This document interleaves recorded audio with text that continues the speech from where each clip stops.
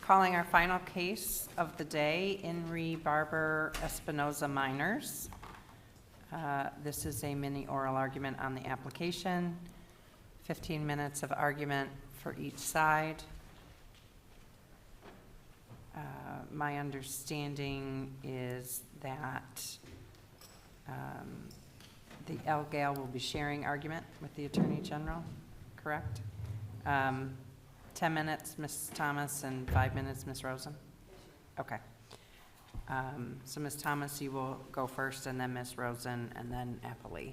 And if you would like to reserve any time for rebuttal, just please let us know and keep track of it to the extent you can.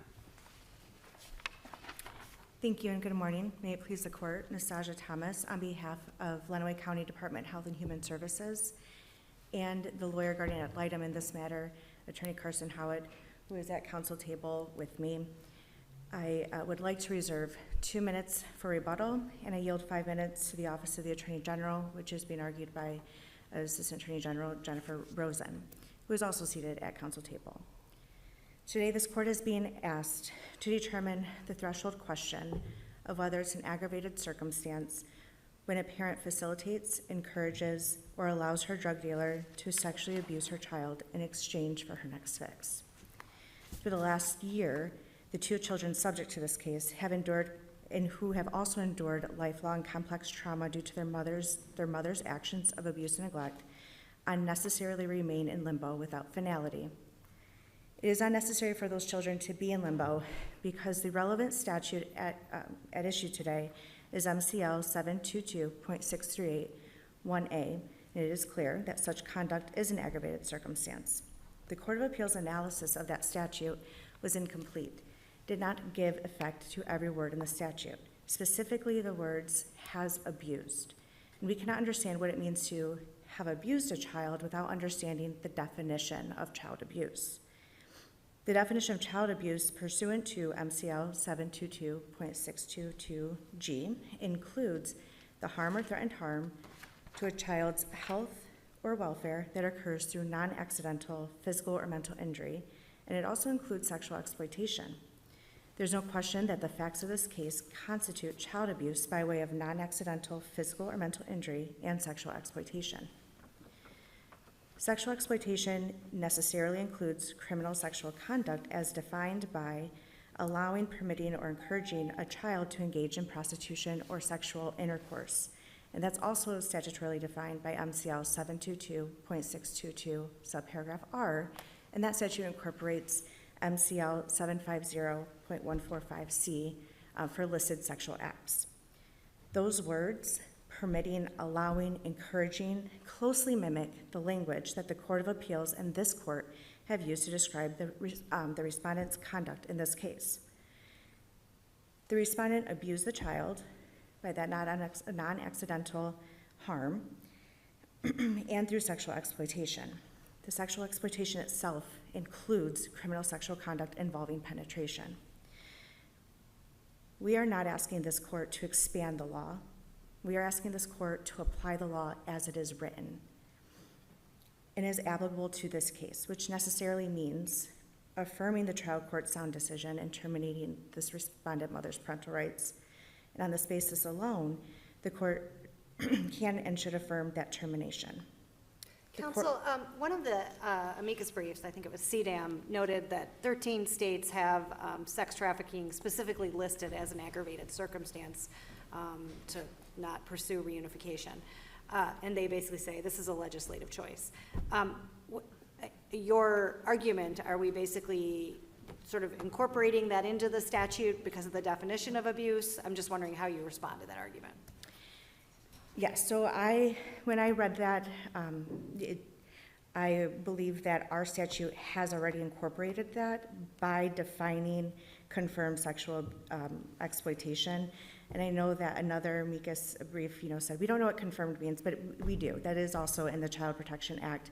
It's a term of art for CPS, and to make a determination if there's a preponderance of evidence that this action has occurred.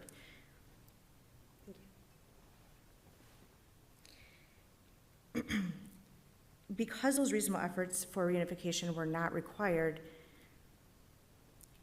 there is no due process consideration here.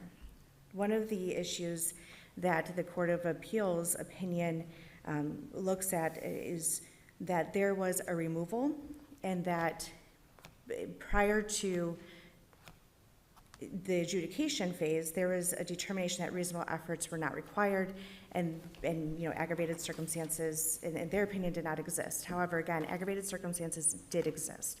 If this court is not going to adopt that, I would urge the court to consider that there are two instances in which child protective proceedings must consider reasonable efforts, and that's at the preliminary phase, and we briefed this, and that is on a probable cause standard, and that's whether reasonable efforts were made to prevent a removal.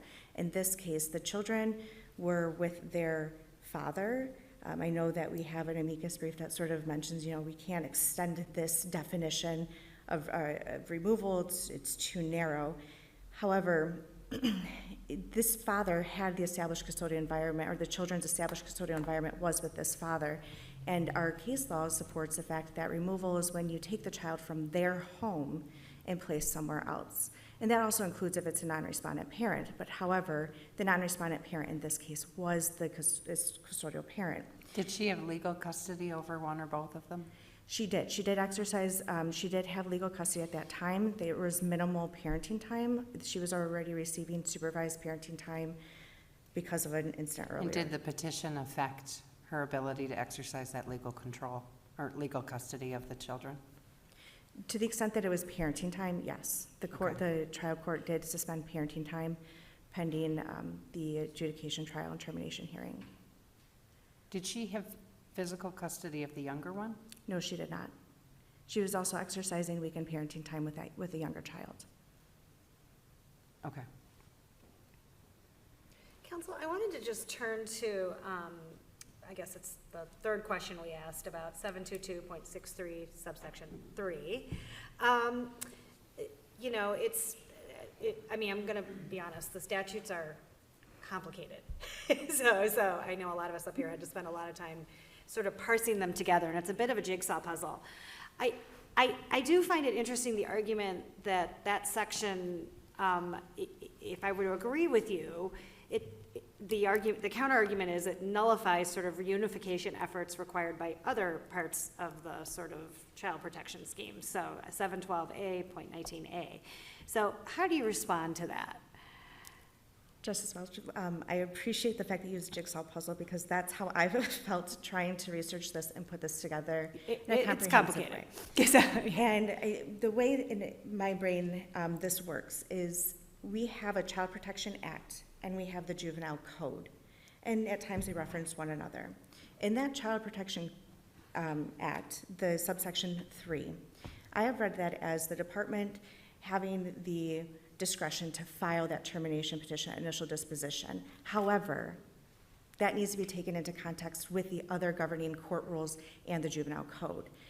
The Juvenile Code has several instances in which termination grounds may exist that don't have anything to do with removal and reunification efforts. We have, if a child is in a guardianship and the parent has failed to comply with that limited placement plan, we have convictions of sexual abuse and SORA and abandonment, all these other elements there that apply. And I think that that statute, MCL 722.633, allows for that discretion. And I think that it's also aligned with MCL 712A.18F, I believe, which states that if the department is not going to offer reasonable efforts, then they must provide a justification as to why that is.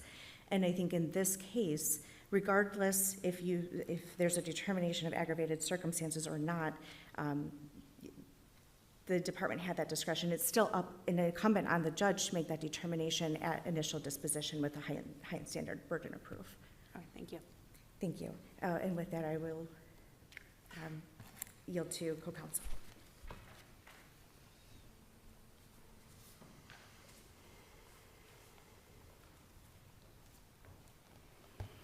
Good morning, Your Honors. Jennifer Rosen, appearing as amicus on behalf of the Attorney General. This court has two ways to resolve this case and protect CB and children like her. which is to follow the established statutory framework under the Child Protection Law and the Juvenile Code, and to understand that sexual exploitation is a form of child abuse under MCL 722.622G, and that Espinoza aided and abetted the principal abuser. The Child Protection Law and the Juvenile Code work together to direct DHHS and the court how to proceed when aggravated circumstances exist. Aggravating factors are enumerated in the Child Protection Law, and 638(1) provides an exception to the reasonable efforts requirement in the Juvenile Code, including criminal sexual conduct with penetration, attempted penetration, and assault with intent to penetrate. To protect children, a reading of 722.622G, which is the definition of child abuse, which includes sexual exploitation, must come before considering the Child Protection Law and Juvenile Code, because Espinoza's act of leaving CB in the motel room with the abuser in exchange for drugs makes her just as culpable as the abuser. The principles of aiding and abetting are well established, and all people involved in the abuse are equally culpable regardless if the participation was direct or indirect. This applies here because Espinoza exploited CB for drugs, and CB was abused, meeting the requirement under 638(1). Not only did Espinoza facilitate the sexual abuse CB suffered, but she failed to intervene and eliminate any risk of harm to CB under 638(2). The reality of these cases is that parents regularly allow their children to be abused in exchange for some benefit to them: drugs, rent, money for bills, just to name a few. The statutory exclusion of reasonable efforts for aggravating circumstances already contemplates the harm children would face by forcing reunification efforts for the parent, and is the reason reasonable efforts are not required here. The abuse described in Section 1 of 638 is defined at, like I said, at 722.622G, and is met when a parent places a child at an unreasonable risk of harm, and when this parent sexually exploits a child, which is included in 622G, or aids and abets the abuser.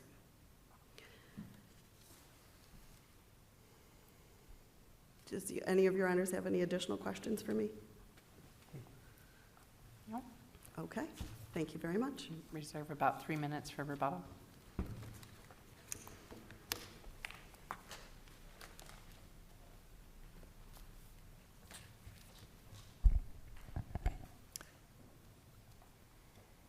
May it please the court, Vivek Sankar on behalf of the appellee in this matter. I'm happy to waive my free fire period and answer any questions about this jigsaw puzzle of a statute. I think we can all agree that this is a confusing set of statutory schemes. I'm happy to answer questions at any point. At its core, this case is about the appellant's dissatisfaction with the legislative choices made in the Juvenile Code by the legislature, and they're asking this court in many ways to rewrite the plain language of the statute. In 19A subsection 2, the legislature has made clear that in all cases, except for those falling under very narrow circumstances, the state must make some effort to reunify the family. And I want to sort of just stop on that point, because the concept of reasonable efforts is that it can take many different forms. And it's up for the trial court to determine what is reasonable and what type of effort needs to be made. And so the court certainly has discretion about it. In many cases, it involves an evaluation. In many cases, it involves a class. It may not even involve parent-child contact. But this is about giving courts information to make an informed decision about what type of relationship, if any, a parent and a child should have. It also can vary in length. Reasonable efforts sometimes can take a minimum of 6 months. The statute has a provision of termination that's 182 days after a dispositional hearing. It could take years, depending on what the nature of a case is. And so it's within that framework that the legislature has made a choice to draw incredibly narrow exceptions to reasonable efforts. And so much of the briefing on this case, and I get it, because I think some of the choices, we could have a very vigorous debate about whether this is too narrow, whether this is too broad. And I think, Justice Welch, as you pointed out, other states have made very different policy choices about when reasonable efforts should be extended.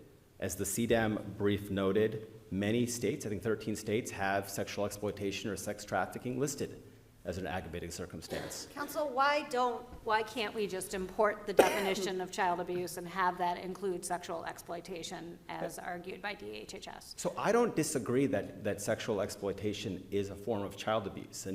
But just to walk you through the statutory scheme, not all findings of abuse are aggravated circumstance. And that's the issue in this case. I mean, the Court of Appeals didn't explicitly talk about whether sexual exploitation is a form of child abuse, but that's just the first step. And then you get into whether it has one of the specific forms of child abuse listed in the aggravated circumstance provision. So it's that language in 6381 that it's not only that the parent abused the child, but that the abuse included abandonment, criminal sexual conduct involving penetration. And so you need that second finding as well. And again, and this is an example of the line the legislature has drawn, which is not just that every form of abuse negates sort of reunification efforts. It has to be a finding of abuse and a finding that that abuse included criminal sexual conduct involving, and then they list, right, all the different sort of forms that it must take. Aren't you imputing the phrase a parent, guardian, or custodian, or person 18 and older into that second? They have to abuse the child, which you agree could be sexual exploitation. They've committed abuse of the child by sexually exploiting them. And then it's the abuse that has to involve CSC involving penetration. So I think I agree with the analysis, obviously I agree with the analysis of the Court of Appeals, which interpreted the phrase the abuse as the abuse committed by the parent, guardian, or custodian. So why didn't the sexual exploitation committed by the parent involve CSC involving penetration, even if the parent was not the one who committed the CSC? So this court would have to find that the abuse, because we think of these as two separate acts of abuse, right? So that the abuse committed by the parent was, and I think and I'm happy to talk about some of the factual findings, that the court didn't actually make any of these findings in the record. So even if this court disagrees with my analysis of the statutory framework, I think at a minimum it has to send it back down because the court didn't talk about any of these issues. The department at the trial court level conceded that there were no aggravated circumstances in the case in their argument. So there was never a finding under subsection 1 to begin with. But I think that the language in the statute says the parent abused the child and the abuse included criminal sexual conduct involving penetration. And so we think that means that the parent had to have done the act that is actually listed under that second prong, the abuse included. I don't think that the statute could have been worded differently. It could have said, and the child was subjected to criminal sexual conduct. It really negates that first half of the statute, because the statute could simply read then that the child was abused and abused, in a passive voice, and said the abuse included criminal sexual conduct. Well, but the department couldn't take jurisdiction over a child it would have to be it's a parent, guardian, or custodian, right? I mean, so you need that in the first clause to say, the fact that some other random third person abuses a child, the department doesn't come in to seek to remove custody from the parent. It could under a failure to protect sort of theory, which is subsection 2 of 638 gets into sort of that failure to protect language. So if you look at 638 subsection 2, it basically says if a petition is required in subsection 1 and a parent has failed to protect the child, then a petition to terminate is required.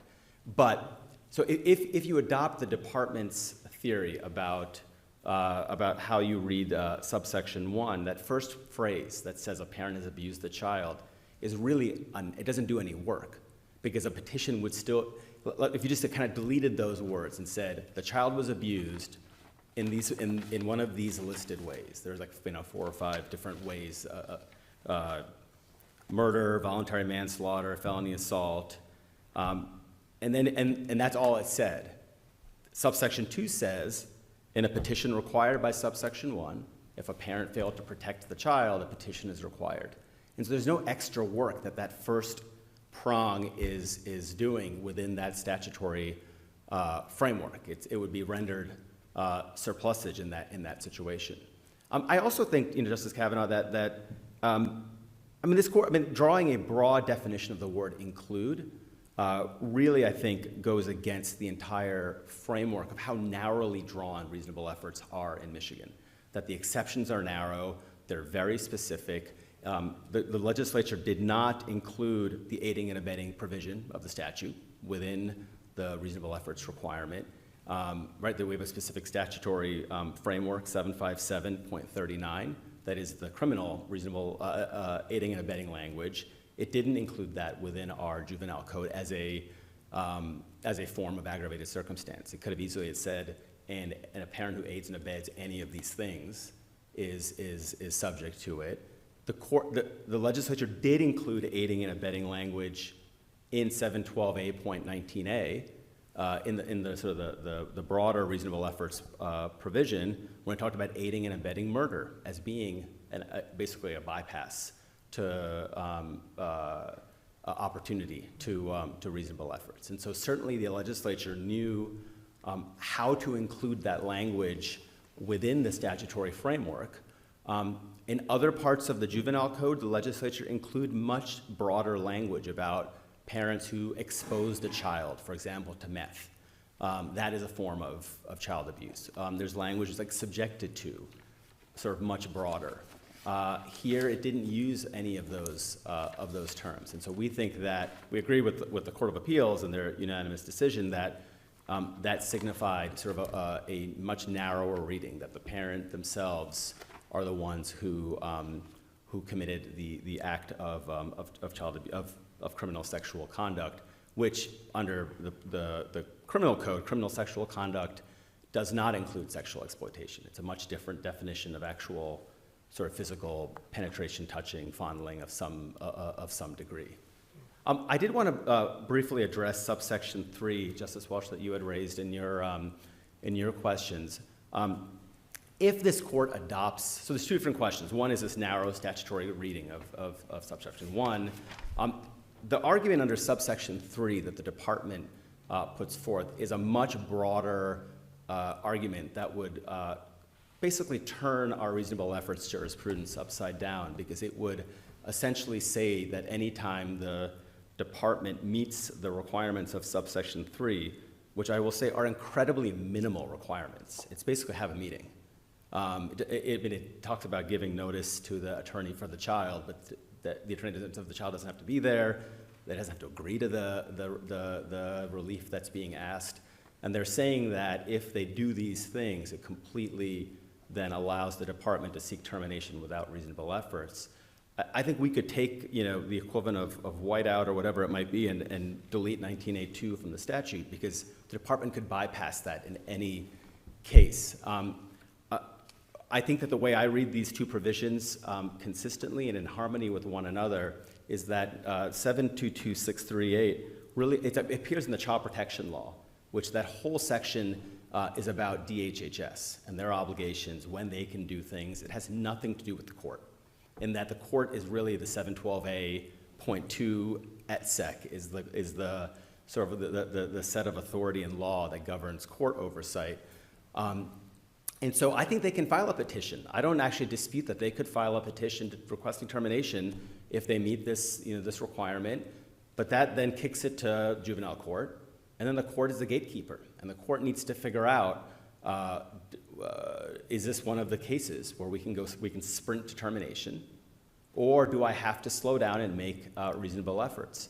And the court has that gatekeeping function to make. There needs to be a judicial determination that needs to be made. I do think that even if the court finds that those exceptions did not apply and they have to make reasonable efforts, there's a signaling function that the department is making by sending this is a really serious case, that then can inform the court about what type of effort should be made. Is it a lengthy effort? Is it a quick effort? What do we do? How do we make sure we're taking into account sort of the needs of the child? And so I don't think that provision allows the department in whatever case it wants to sprint to termination. If so, then in cases like In re Mason, In re Rude, In re Hicks Brown, the department could have sidestepped all of this jurisprudence by simply holding a meeting internally and allowing the court to bypass all of it. Lastly, although we're asking this court to deny the application and not address the merits of the case, I did want to flag that this case reflects, though, the problem in our jurisprudence around reasonable efforts, and courts are struggling to figure out how to make these determinations and when. If you look at the record in this case, you have a trial judge at the preliminary hearing who first said reasonable efforts are not required simply because the department filed a termination request. And that was the extent of the trial court's finding. Then later, in a court order in this case, the trial court made a finding right after the preliminary hearing that reasonable efforts were not required because it was contrary to the welfare of the child. Then at trial, the department conceded that aggravated circumstances under subsection 1 were not present, and the department said, although the governing statute does not specifically say that sex trafficking and substance abuse is an aggravated circumstance, we still ask the court to consider these as aggravated circumstance, which I'm not sure how that is consistent with what the statute requires. And then the trial court made findings that reasonable efforts shouldn't be required because it would be contrary to the welfare of the child. Again, not sort of within the framework. By my account, there have been at least 7 reversals at the Court of Appeals in the last 4 years on this issue, because I think that where there's a lack of clarity is how the statute should be applied. And I think the way that the court rule and the statutory scheme suggests is that at the preliminary hearing, the court makes an initial finding about whether reasonable efforts to reunify are required and whether one of these exceptions apply. Once it makes that initial finding, the court rules and the statute require the court to hold a permanency planning hearing within 30 days. It could be even before trial. It's clear in our statute, and that's where this decision, right, 19A kicks in, where the court needs to make a definitive finding about whether they were aggravated circumstances or not in the case and why, to build that record to allow reviewing courts to have some clarity about the specific reason and the rationale as to which of these provisions apply. And I think that's where, in reviewing records like this, it's a struggle because the court never actually made any of these required findings, even if, again, if you disagree with my reading of the statute, that we need, I think, some guidance and clarity as to how to put together this jigsaw puzzle, because I think that it is not obvious at all to trial courts. And so for those reasons, I would ask the court first to deny the application and adopt the reasoning of the Court of Appeals, but if not, then to issue an opinion to clarify some of these things, but affirm the Court of Appeals decision. Thank you, Your Honor. Thank you.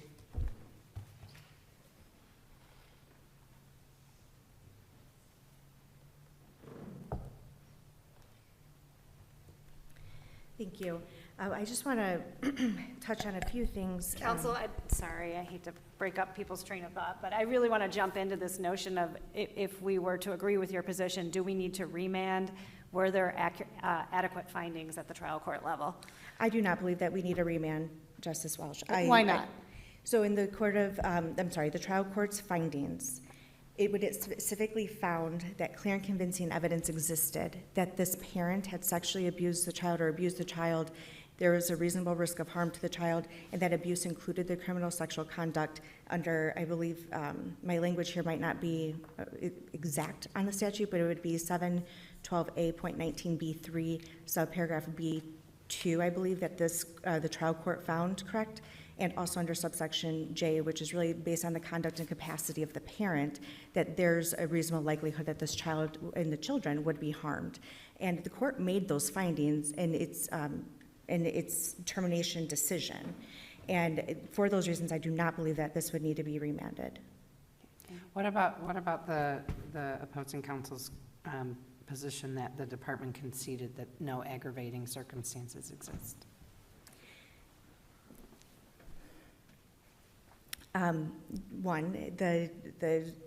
Court of Appeals did not rely on a waiver argument there.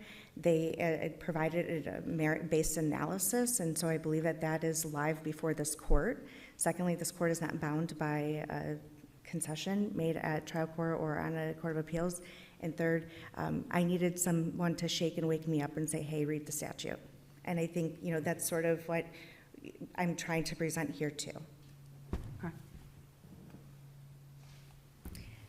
And I just want to be very clear about the abuse includes. Again, I just want to kind of really bring home that the definition of sexual exploitation includes the allowing, permitting, encouraging, facilitating of prostitution and also sex acts as listed in MCL 750.145C. That is part of the statute. So the reading that include that this child was subjected to sexual exploitation, that's how the parent abused a child, and that abuse necessarily included sexual intercourse in this case. The facts of this case are pretty gruesome. The child's testimony about being forced on her stomach, her legs open, a penis in her butt and then in her mouth, and bleeding from her butt, that is the picture of an aggravated circumstance. And the fact that a parent allowed that, permitted it, facilitated, encouraged, however you want to put that, that, again, is the text of our statute, and that is the purpose of our child protection laws and the juvenile code. I want to also bring back this jigsaw puzzle piece where the permanency planning statute cannot come in unless the children remain in care. That's how it opens up. If the children remain removed from the home and there's an amount of time, here's what we have to do. With that, I know that I'm out of time, but if there's any other questions, obviously I'm willing to answer. I think you're all set. Thank Thank you. you. The case will be submitted, and that concludes our call.